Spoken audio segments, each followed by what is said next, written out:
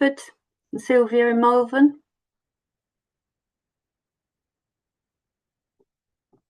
And Fiona in Gateshead, and Emma in Surrey. Lots more of you joining now. Oxfordshire, Kavita, and Age UK in Westminster. Hi, Sarah, and Irene, Rosalinda. Okay, you can see lots more joining up now, so I think we'll make a start now. So hello everybody, and welcome to our webinar, Simple Ways to Get Online and Feel Less Isolated, with the Mental Health Foundation joining us too. I'm Annie Mannion, and I'm Digital Marketing Manager at AbilityNet, and I'll be your host for today's session. And just before we start, just to go through a few bits of housekeeping, we have captions provided by Mirella at MyClearText. You can turn on the captions using the CC option on the control panel. We're also live on YouTube, so if you're watching on there, you can access the captions via streamtext.net/player?event=AbilityNet. And you can download the slides if you wish from our website at abilitynet.org.uk/isolation. If you have any technical issues or you need to leave early, don't worry, you'll receive an email within the next week with the recording, the transcript and the slides. And depending on how you joined the webinar, a lot of you have found the Q&A window already. So if you'd like to ask any questions, do drop those in the Q&A area. And then finally, we also have a feedback survey that you'll be directed to at the end. So please do complete that if you're able. So for those of you who aren't yet familiar with AbilityNet, we're now more than 25 years old, and we're a charity that supports older people and disabled people living with any disability or impairment to use technology to achieve their goals at home, at work, and in education. And we do this by providing specialist advice, accessibility testing and training, and free information like our fact sheets in this webinar. It also happens to be Get Online Week this week, so this webinar is part of how we help to drive awareness and how to support digital inclusion as well. So today, discussing digital tips to help with isolation and loneliness, we have joining us Hannah Davies, who's our BT Digital Skills Trainer based in Scotland, and she'll outline technology and device adaptations that could help. And then also joining us is Dr. David Crepaz-Keay of the Mental Health Foundation, and he'll be sharing where to get mental health information online and how to maintain healthy attitudes and routines when using digital devices to maintain balanced mental health. So just before Hannah and David share their advice with you, I'm just going to start with a quick poll to find out a bit more about you all here today. So I'll just launch that now. So can you tell us which of these best describes your current experience with connecting with others using digital devices? Is it I use devices confidently and often?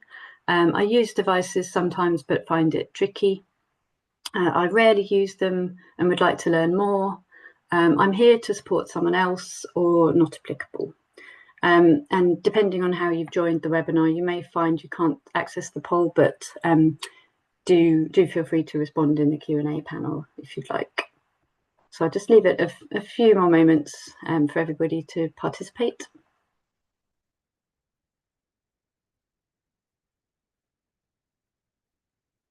You'll see most of you have responded now, so I'm just going to leave it a couple of moments and then I'll end the poll. Okay, so just sharing the results. The highest number is I use devices confidently and often, and that's 41%, so that's great. I use devices sometimes but find it tricky, and that's 28%. I'm here to support somebody else at 24%, and then I rarely use them and would like to learn more at 7%. So I'm just going to stop sharing the poll now. And yeah, I mean, thank you so much for all your responses. And Hannah and David have got some really valuable suggestions to share with you for improving your confidence and giving you new ideas of apps and resources that you can draw on. So first of all, over to you, Hannah. Thank you, Annie. Can you hear me okay? Yep, all good. Perfect. Yep. Thank you. So as Annie said, my name is Hannah Davis and I'm a digital skills trainer for AbilityNet and I'm based in the northeast, very cold today, northeast of Scotland. So on to the next slide, please. I'm going to talk a little bit today about some online forums. So possibly if you're not a Facebook user, for example, these are some different examples that might interest you. So the first one I was going to speak about is called Gransnet. And the website here is www.gransnet.com. So as the name suggests, it's geared towards people kind of 50 and over, and you'll particularly find things in common if you're a grandparent yourself. And on this website, it's a great way to kind of dip your toe in the water. If you're looking, maybe you like the idea of joining in forums and chatting with other people, but you're not too sure how it works. This website has got a huge amount of other resources that you can have a wee look at. So I'm just going to show you that now, just a few kind of key features of this website. So I'll just share my screen. Just bear with me a second. So this is Gransnet here, and at any time when you're on this website, you can click on the Gransnet and that will navigate you back to the main page. So just to draw your attention to how you would join up. So this website is free, so you can create an account for free where you would then sign in or join Gransnet to begin with. So just to show you a little bit about kind of the logging in and the joining up process, I would suggest for any website that you go on to, you read a little bit about how the website works, particularly if it's a website where you can engage in conversations with other people. At the bottom is a forum guidelines that you can click on. And down here, it just kind of gives you a little bit of etiquette and some do's and don'ts for using websites such as these. As well, which is useful for websites like these, if you ever feel uncomfortable in a conversation that you have engaged in, or you want to speak to somebody directly at the website, there is an email address that you can contact them on. It's definitely worth having a little read of that before you sign up and start engaging in chats with other people. But even if you don't want to do that, this is a great website just for browsing different articles and information on a range of different topics. The forums, for example, if that is something that does interest you, is this website's quite easy to navigate. It's got a lot of forum topics where people have already engaged in different conversations and in alphabetical order, which makes it even easier to navigate. So for example, if I wanted to chat to somebody about pets, I could click on here and I can see that this is quite a popular topic. Quite a lot of people are having conversations around this. I can click on that one and these are the discussion topics that are going on here. If I can't find something that's of interest to me, I can start a new discussion. And once I've clicked on a particular discussion topic, I can, as long as I have created an account, that is something you would need to do if you would like to participate. I can add my own comment, or if at any point something makes you feel uncomfortable or you feel it's inappropriate, there is a report bar there. So I'll just stop sharing that one and we'll go on to the next one, please.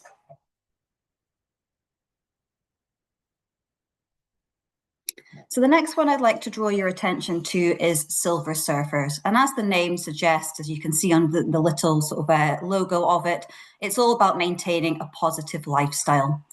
This website is based within the UK, and again, it's aimed at an over 50s group. There are some opportunities on this website to engage in forum discussions, but it's really a great place for a variety of things such as news, entertainment, and some news articles as well. And there are some seasonal articles on there as well. So I'm just going to show you again a couple of things from this website.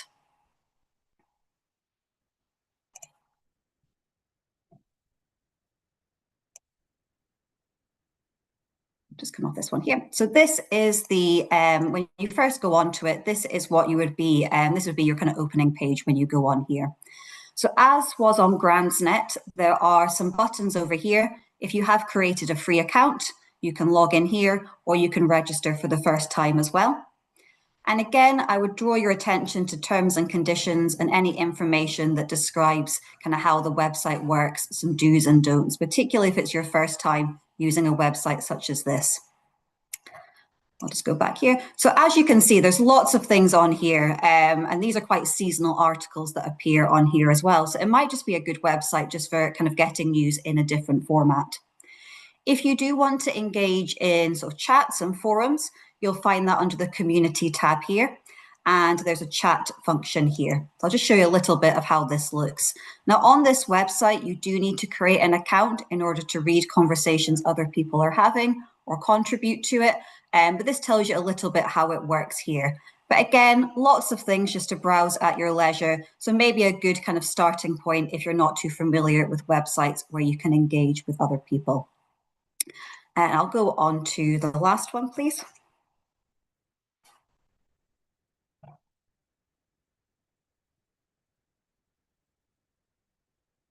So the last one I'd like to draw your attention to is Senior Chatters. So the other two websites had a chat function within them, and they had kind of news articles and things you could read and puzzles and so on. The Senior Chatters, however, is more geared towards just engaging in conversations with others, but it's a great place to find things in common with other people and discuss things that are of interest to you in a safe environment. So again, I'll just show you a couple of features of this particular website.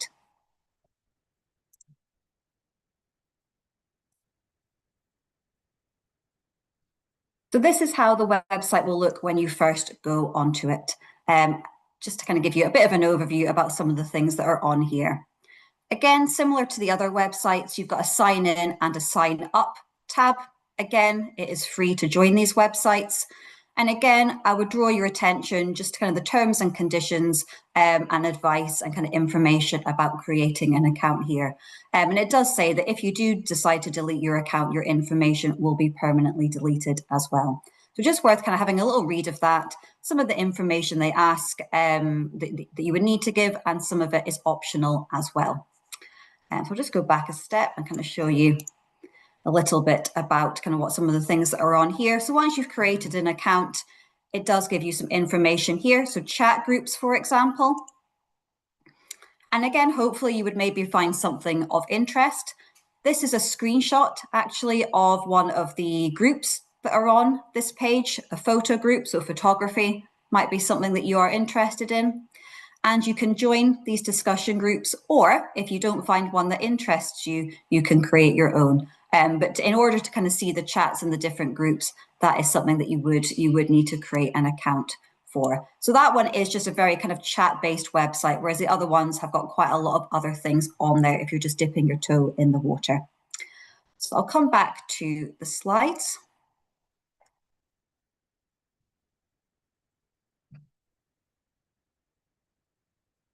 So just a few other things to be careful of when you're on these forums. These are great for connecting with other people, but I would always say keep your personal details private. If somebody's asking you to share things such as your phone number, email address, I would be inclined to keep that to yourself. As I mentioned as well, these websites should have the ability to block or report people if you think anything is inappropriate or it's making you feel uncomfortable.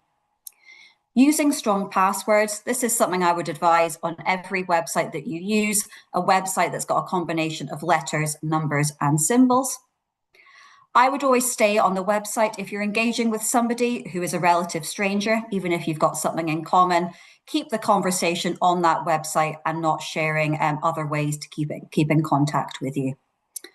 Keeping your devices updated, so whatever device you're using, whether that's a phone, a tablet, a laptop, or a PC, going into the settings and keep your device running smoothly and updated, and just make sure it's got the latest updates on there. And absolutely trusting your instincts. If something doesn't feel right, I would stop engaging in conversation with that person. So on to the next slide, please. So I'm now going to talk a little bit about Facebook, which I'm sure quite a lot of people use for a variety of reasons. So there are a fantastic range of benefits of Facebook, and you will know this if you are using it already. Facebook is great for keeping in contact with family and friends, speaking to family and friends that live thousands of miles away from you if you're not able to see them in person. If you choose, you can share photos, you can share life updates. I know quite a lot of people that use Facebook purely for seeing what's going on in the local community, local interest groups, for example, coffee mornings or car boot sales, and things that might be of interest to them and that they can attend. And also as well, if you want to, you've got Facebook Messenger, and that allows you to engage in text chats as well as video calls if you wish. On to the next slide, please. But of course, with Facebook, there are some things just to make sure it's as safe and enjoyable for you as it can be. What I would always suggest you do, if you haven't done this in a while, is checking the privacy settings on your Facebook. And you'll find this within the settings on your Facebook. And what it will do is it'll take you through a little privacy checkup. So for example, you can see who sees your posts and your information. For example, your birth date or where you live. You can change that information so just you can see it. People you're friends with on Facebook can see it.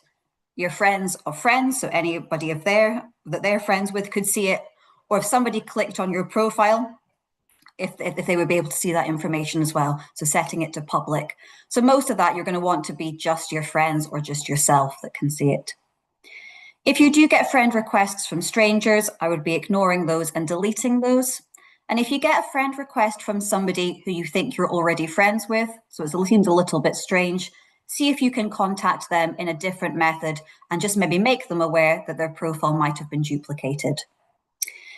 If you are sharing news articles and links on Facebook, just be sure it's legitimate. Do a little bit of research to see if the news that you're sharing is actually truthful. And if you do have somebody that you can ask for help, even just to get them to have a look at your profile and check, is it as private as it can be? Being cautious of sharing personal documents. So these are just things that maybe have your full name, your address, any information that you wouldn't want a stranger to see, essentially. And finally, I know it's very tempting when you go on holiday to put in your Facebook that you're away somewhere exotic or just away from home. But effectively, when you're doing that, you're maybe saying that your home is sitting empty. Now, obviously, if you've got your information just set to your friends, that's hopefully fine. But it's just something to be aware of, and maybe just announcing that you've been away on holiday and sharing photos if you want to when you return from your break. On to the next slide, please. I'd now like to talk a little bit about video calling and WhatsApp. So there are a huge range of apps that you can use for video calling. We're using Zoom today, but the one I'm going to speak about in a little bit more detail is WhatsApp. If you've got an Apple device, so an iPhone or an iPad, that will use FaceTime, but we're going to think about WhatsApp. So video calling in WhatsApp, effectively this allows you to see the person that you're calling whilst you're chatting. Just make sure that you are connected to your Wi-Fi. So it's best probably to do this at home because it won't cost you anything other than what you pay for your internet connection. If you are out and about and you're video calling, for example, imagining you're calling somebody far away in Australia, for example, that will use a lot of data. So it will eat into the data that you likely pay for monthly. And you can video call a group of multiple people at the same time, but we'll come on to that shortly. Next slide, please. So if you do want to video call in WhatsApp, just make sure you're connected to your Wi-Fi. This will be indicated. The picture that I've got here is a screenshot from my phone. Along the top row in the middle, that is my phone showing that is connected to Wi-Fi. All I would do is go into the chat with that person as I normally would, but rather than writing a message, I can select a call from the left-hand symbol or video call from the right-hand side. So I could just voice call if I wanted to, if my phone signal wasn't very good, because it's essentially using your internet to make a call. On to the next slide, please. And finally, setting up groups in WhatsApp. Now, WhatsApp mostly I use to chat just individually to somebody, but you can use it to create a group. Really great because you can have quite frequent conversations on it if you want to, share videos and photos as you might do otherwise. And it's a great way, for example, for a family to keep in contact, a group of friends, or a group that you might be part of. Once you're in your WhatsApp, you can go to the Chats tab. Just make sure you've selected that along the bottom and tap the new chat icon. So that will probably be indicated by a plus sign. You then should have the option to create a new group. And what it will then do is allow you to scroll down in your contacts and select as many people as you would like to join that chat. Once you have done that, there'll be a green arrow or a next button, depending on what device you're using. And you can give it a group name, for example, coffee catch up or family chat, whatever it might be. And what you can add, which is completely optional, is a little group photo. So if you've got a kind of group picture of your family or that group of friends, you can add a little group photo next to the group name. And once you've done this, you can tap the green check mark or create. And what it will then do is it'll create that group chat for you, and it will appear where all your other chats do. It doesn't go into a different place. And you can video call a group in the same way that we went through before. They'll just do a video call with everybody in that group. On to the next slide, please. And just to finish off, how to download apps to your device, any of the apps that we have spoken about. On to the next slide, please. Thank you.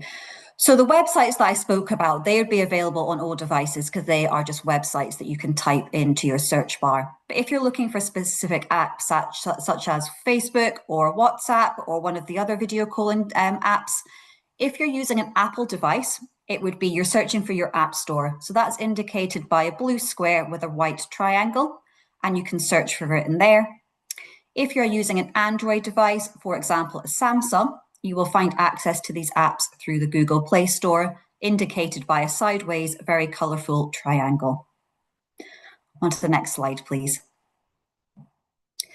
So just to draw your attention just to a couple more resources that might be of use to you. On the AbilityNet website, there are some blogs that you can access around isolation and Alexa, a fact sheet on technology for seniors, and a blog as well on social isolation. On to the next slide, please. And My Computer My Way. So on the AbilityNet website, there is a section on here, so you can just search for AbilityNet My Computer My Way. And what this does is it offers some how-to guides on to make your device easier to use. So there's a series of drop-down menus, and in there you can adjust the system that you're using, for example, Windows 11, any adjustments or conditions that you have, or symptoms that would make your device easier to use. On to the next slide, please. And just to finish off, these are my contact details here. That is my phone number, email address, and that link takes you to the AbilityNet website as well. Thank you very much. Thanks so much, Hannah. I hope you all agree that was some really useful advice there, and your notes about checking privacy settings well worth bearing in mind. Just to highlight that we will also have an upcoming free webinar like this, I think it's on the 28th of January, which will be focused on tips for staying safer online. So do keep an eye out for that to register for it soon. So thanks again, Hannah. And next up, over to David from Mental Health Foundation. Hi, thank you. And it's lovely to be here, and thank you very much for inviting me. I'm glad I didn't have to fill in the poll at the beginning, because I definitely have said sometimes, but it's tricky. And the organisers who got me into this will recognise that for two reasons. One, we all have technical failures from time to time, and I managed one just at the start of this chat. And two, my cat decided to join the chat at an early point, which sent a few things flying and presented a few interesting camera points for us. So, without further ado, could I have the next slide, please?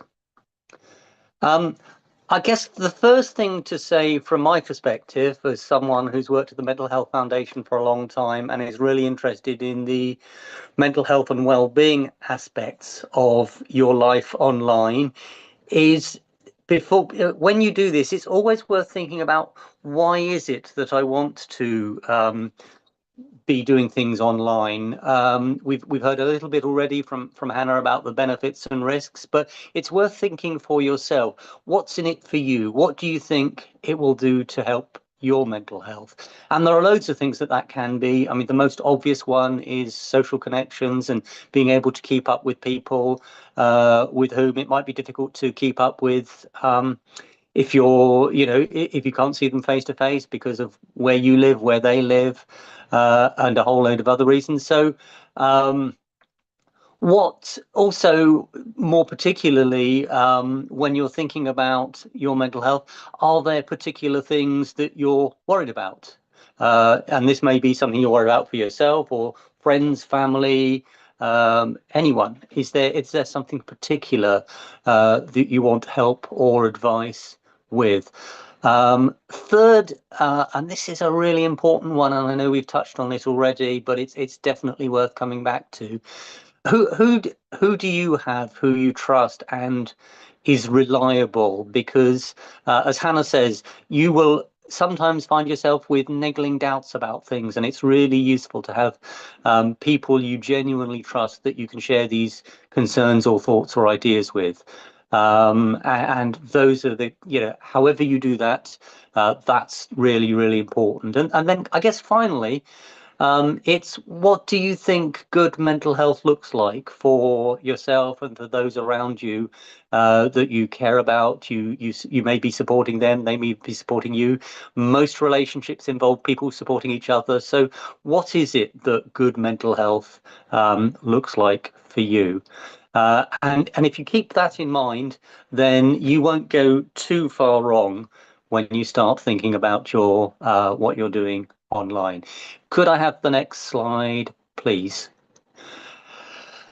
I guess alongside the really useful, interesting tools that Hannah has talked about, the big new one on the block is AI. And I am not an AI expert, but I do spend an awful lot of my time in the AI world. So this is just my reflection on some of the things that might be important to you, helpful things you might want to bear in mind when you engage with these things called AI. And I think the first thing to say is that good heavens, sorry, there's an error on the slide. That first paragraph should not be there. So AI is a collective term for a whole range of things. And you don't need to worry too much about it, but it means different things to different people. Probably the most important thing for us to talk about is that bit of it called chatbots. These are AI devices that you can have conversations with. And ChatGPT is probably the best known one. There's also Claude, Gemini, Perplexity, Copilot, and there are many others. But what they are is a way that you can have conversations with computers. And one of the things that's really interesting about these chatbots is 5 years ago, even 2 years ago, it would have been very obvious you were having a conversation with a computer. These days, they are incredibly convincing and very, very human in their nature and style. The one thing that chatbots are all very good at is doing a convincing use of language. And so whereas a couple of years ago, I'd have been saying, the biggest challenge with chatbots is try to make sense of what they say. These days, they are as articulate and skillful with their language as an awful lot of the people I spend time with. And that is great in some respects because it means they're much nicer and more natural to have conversations with. But the downside is that it becomes very, very easy to forget that you're actually talking to a digital device, talking to a computer, because they are so convincing in what they say. This makes them really good to have a conversation with. And as does the fact that they are available all day, every day, 24 hours a day, 7 days a week. And if you're using the same one, they remember your conversations. So it's a bit spookily like they actually get to know you. And they're very good at this. And of course, on the one hand, that's great because that does mean that the conversations you have with them are dynamic, ongoing, and continue to evolve over time.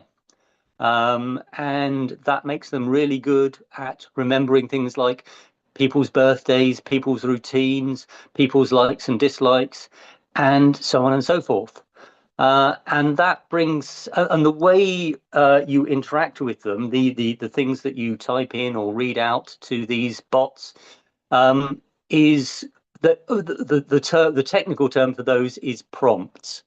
But you just need to think of it as how you're talking to them. But we use the term prompts as shorthand for that. And I guess what I'd like to say is that when you're having these interactions with these AI bots, chat bots, good prompts are conversations and connections. I like to think of it as having a conversation with my cats. I love having a conversation with my cats. I think it definitely improves my mental health most of the time, having a conversation with my cats. But I would not follow their advice on how to look after my mental health. They are excellent in many ways, but they are really not the place to go to for expert advice on how to deal with specific mental health issues.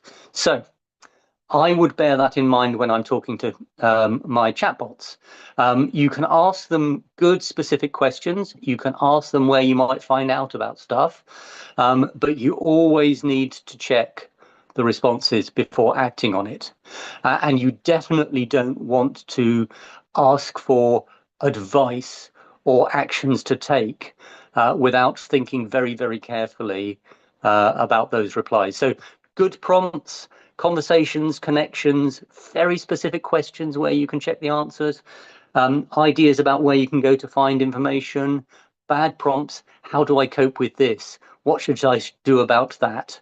Because the answers they provide will be in very good, convincing language, but they may not be accurate. And we know from some of the research that we've done at the Mental Health Foundation that they may be just downright dangerous and unsafe.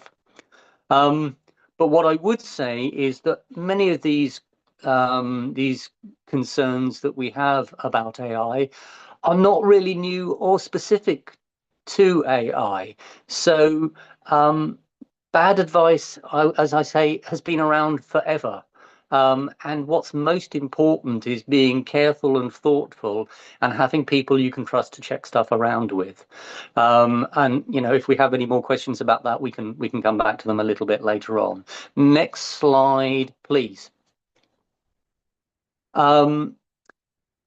Before I go into more general advice about more general sources of information, if you or someone you know is having serious mental health problems, then you definitely need medical advice.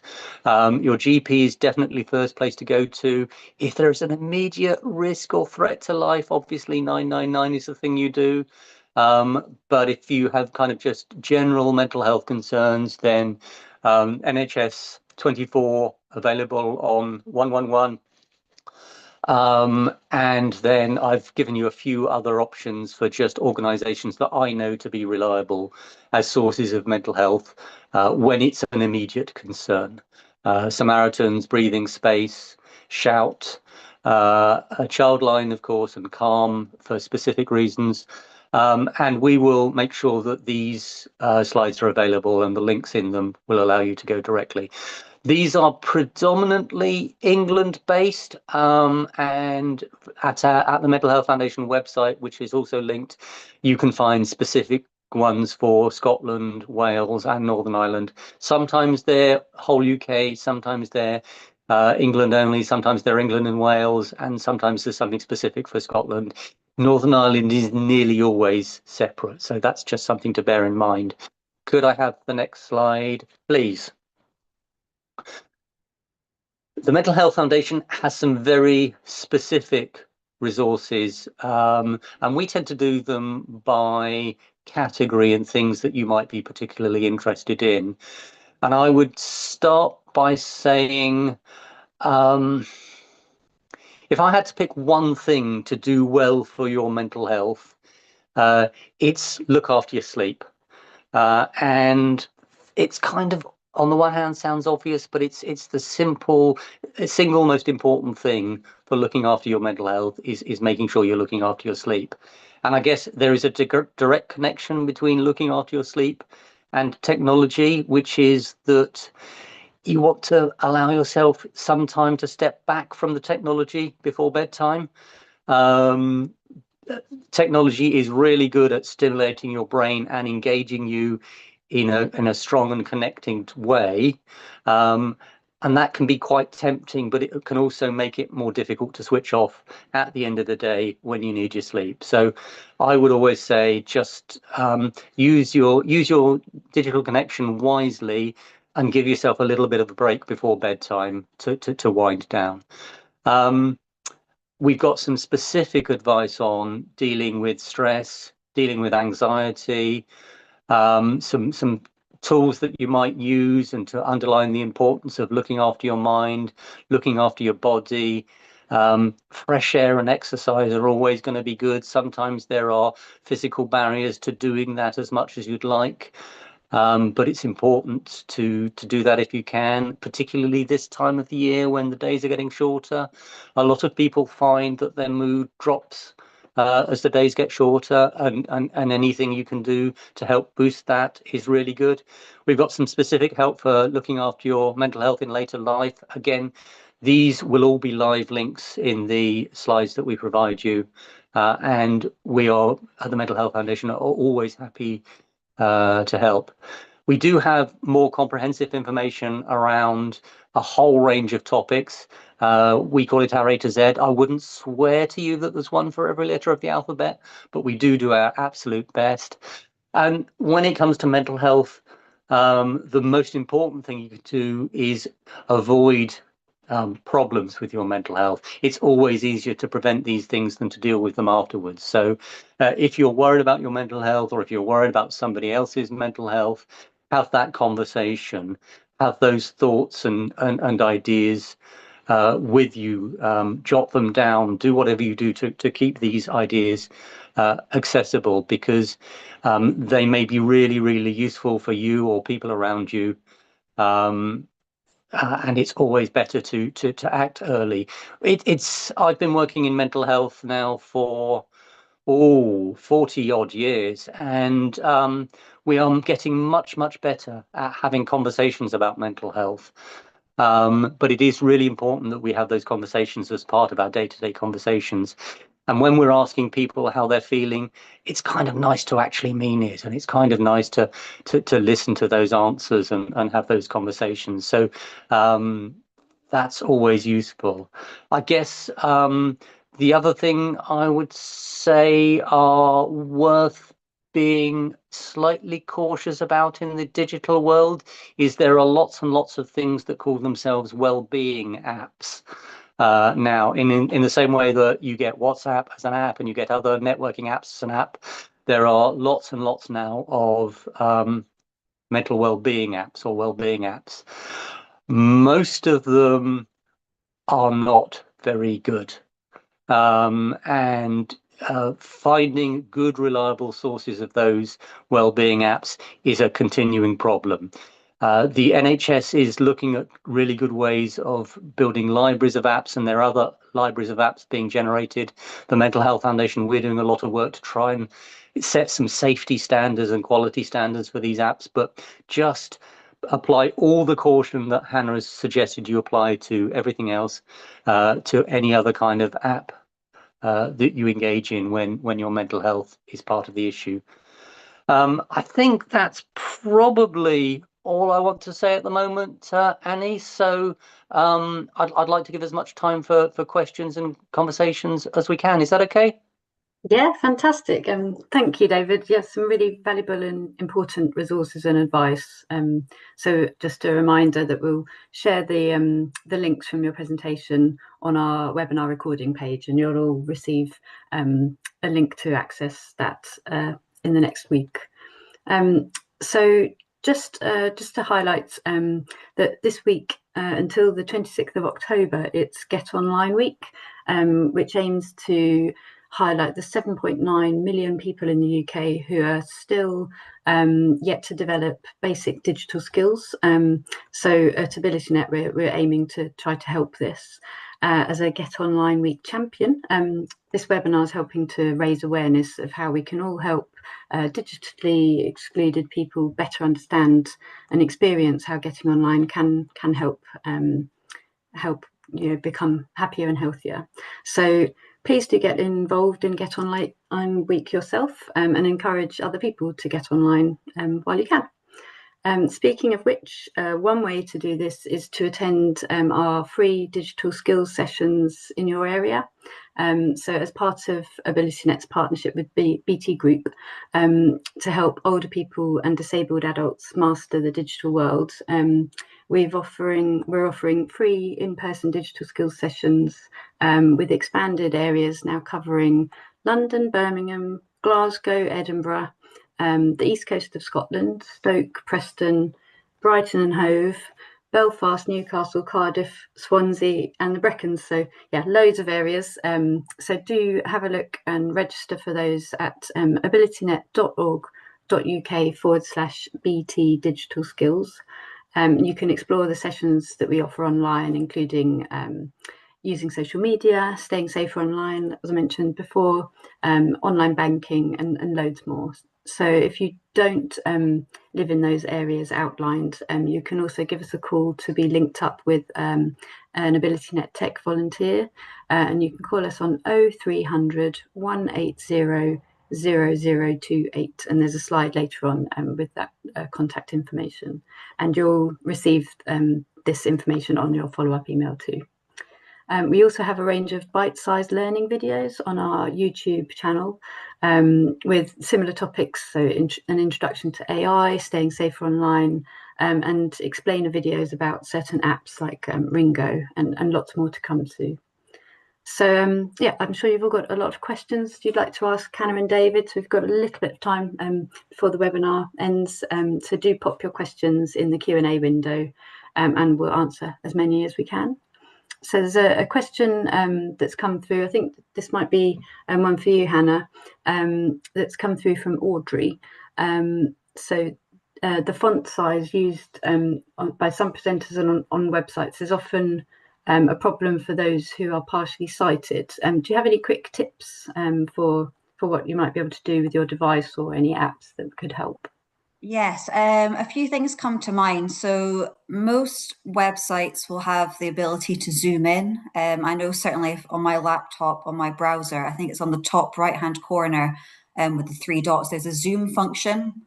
Or if you're using your phone or your tablet, kind of using your kind of 2 fingers to move in or out. Again, if it's a phone, there's within the accessibility settings, there is it's either called VoiceOver or TalkBack. It's essentially a screen reader, and that will read out loud everything that's on the screen. That's quite useful. And the app that I would recommend is something called Be My Eyes.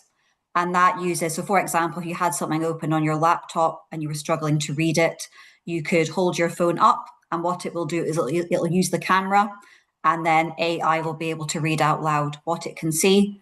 And it also has the ability to connect with a real life volunteer, so they could read out part of the website information for you. And also My Computer, My Way, you can put in there different accessibility if you've got a visual impairment, and you can pop in there the operating system that you're using, and that should give you some specific adjustments to the device that you're using. Yeah, excellent suggestions. So thank you. Hope that helps, Audrey. There's a question from Rosemary about the WhatsApp section of your presentation earlier. I think I don't know if you're able to summarise some of the things you said, but also to note to Rosemary, you will receive the slides, so and the recording will be available from this session. So if you wanted to rewatch that again, yeah, just highlighting if there are any kind of basic tips and tools you'd suggest for joining WhatsApp. WhatsApp, I mean, it's relatively easy to download. If you are just starting from scratch, what I would do is anybody that you are wanting to message on WhatsApp, it's easier to have them saved within your contacts initially. So just on your phone, wherever that might be, where you normally make phone calls, and you can add contacts in there. Because once you've downloaded WhatsApp, on mine certainly, there's a little plus button on the right-hand side. And what it will do is anybody within your contacts that is on WhatsApp, it will come up with that at the bottom as you scroll down. It actually says to me, it says contacts on WhatsApp, and then everybody who is actively using it is below there. So that's probably quite a good starting point. So anybody within your contacts that's already using WhatsApp and has got it up and running, you can very quickly start a conversation with them there. Okay. I think we lost, thank you. Sorry, we lost David for a minute. I think you're back now. So there was a question that came through separately to the Q&As that are on here now. And this might be one for David to contribute to as well. Do you have any suggestions about how you may persuade or suggest the benefits to maybe reluctant relatives or friends about the benefits of using tech if they're not sure if it's something that they may be that may benefit them? Shall I start? Yeah. I guess the two normal barriers to social connection that the tech is really good at overcoming is geography and time. So social connection is really, really important for your mental health, and it's very easy to suddenly find yourself quite isolated quite quickly. And we saw so much of that during the pandemic, for example.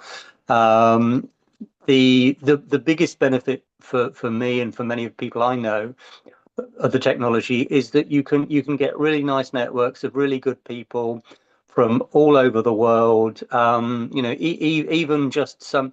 I don't know how far away Hannah and I from each other, but it's hundreds of miles. And we it would take us, it would be a 2-day endeavor for us to spend some decent quality time together. And the technology really allows you to do that. I think the other thing that the technology has been really good at is intergenerational learning. And we've seen a lot of generations sharing some of their learning and experience through using tech in a way that I haven't always seen before. I mean, I haven't seen since for a long time. So it's really good at, when it's done well, it's really good at pulling generations together, squashing those enormous distances between people you know and love, but maybe in a different part of the world, different part of the country.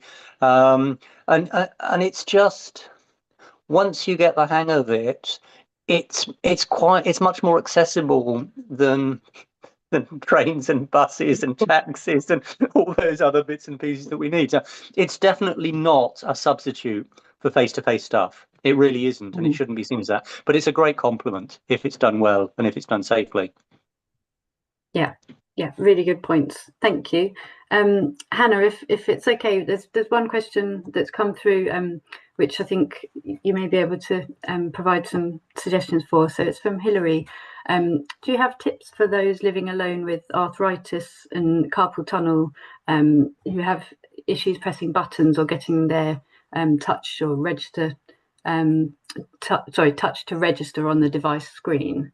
So it's something that may kind of contribute to loneliness if you're not able to get out and about as much as other people, perhaps. Yeah, a few suggestions, depending on the device that you're using. If you're on an iPhone or an iPad, so an Apple device, using Siri as a voice control is a great tool. So if you do have difficulty tapping on things or opening them up, for example, I can use Siri to open my WhatsApp, compose a message to somebody and send it all without pressing anything. So you'll find, if you're using a Google device, it's called Google Assistant.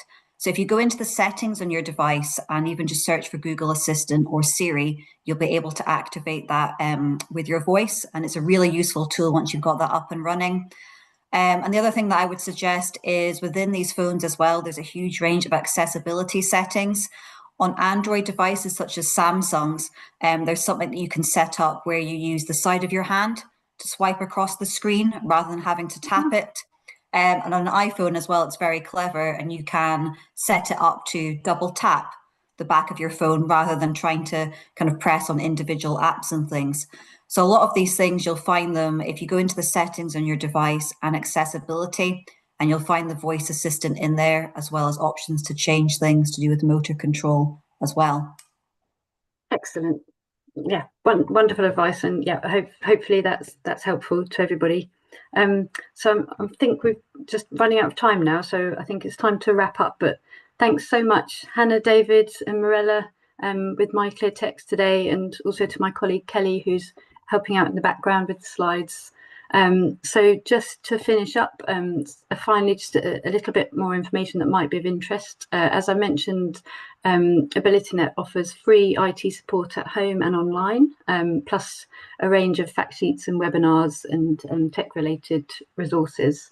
You can find information at /at-home, and you can call our helpline on 0300 180 0028. And if you're inspired by today's session and would like to become an AbilityNet volunteer in your area, you can find out more at /volunteer. And then we also run online training sessions. So you may be joining us from an organisation who's interested in training. So you can find out more at /training. And if you use the code AbilityNet webinar 10 when booking, you can save 10% on all our courses. And then finally, if you haven't already, please do sign up to our newsletter for the latest advice about inclusion and disability, and our next free webinars, which you can access at /webinars. And our next free online session aimed at older audiences is on Thursday, the 20th of November, which is Carers' Rights Day. So we'll be focusing on unpaid carers and technology and what's out there and how to use it with technology. So yeah, I hope you can join us for that at abilitynet.org.uk/carers webinar. So thanks again to everybody who's joined us, and do complete the feedback form, and we'll be in touch soon. See you in November.